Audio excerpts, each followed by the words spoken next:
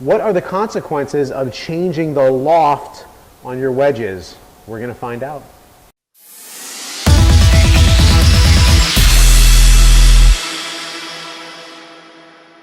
Hey David, you just sent me an email and it was such a great question that I figured I'd answer it here on YouTube for everybody.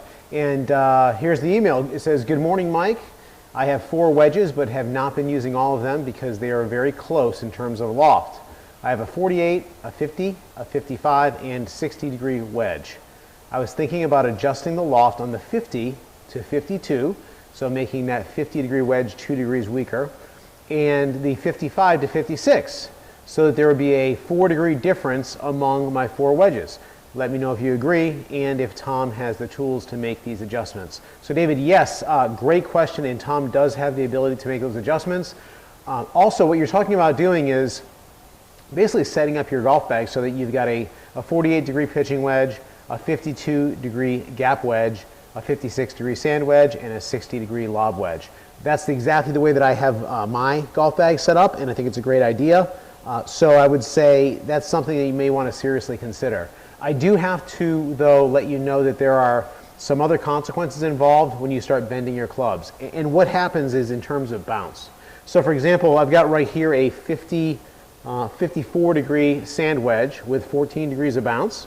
And what happens is when we go ahead and we add loft to this club, what we're essentially doing is we put that into a loft and line machine and we bend the hosel, the shaft, up this way.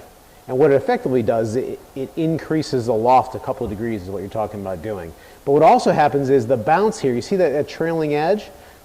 That bounce is designed to help us get out of sand and helps the ball go through the turf and stuff. But if we start increasing the bounce too much, then we're more likely to sometimes bounce that club into like hard pan and hit a little bit of a sculled shot.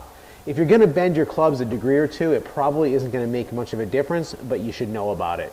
So what you might want to do is take a look at the current bounce number on your wedges, so that that 50 being made to 52, your 50 degree wedge probably doesn't have a lot of bounce on it already. I would think bumping that a little bit weaker probably wouldn't make an effect, and changing that 55 to 56 degrees probably wouldn't have too much of an effect either. But you should know about it. So I would try it. If you don't like it, you can bend them back.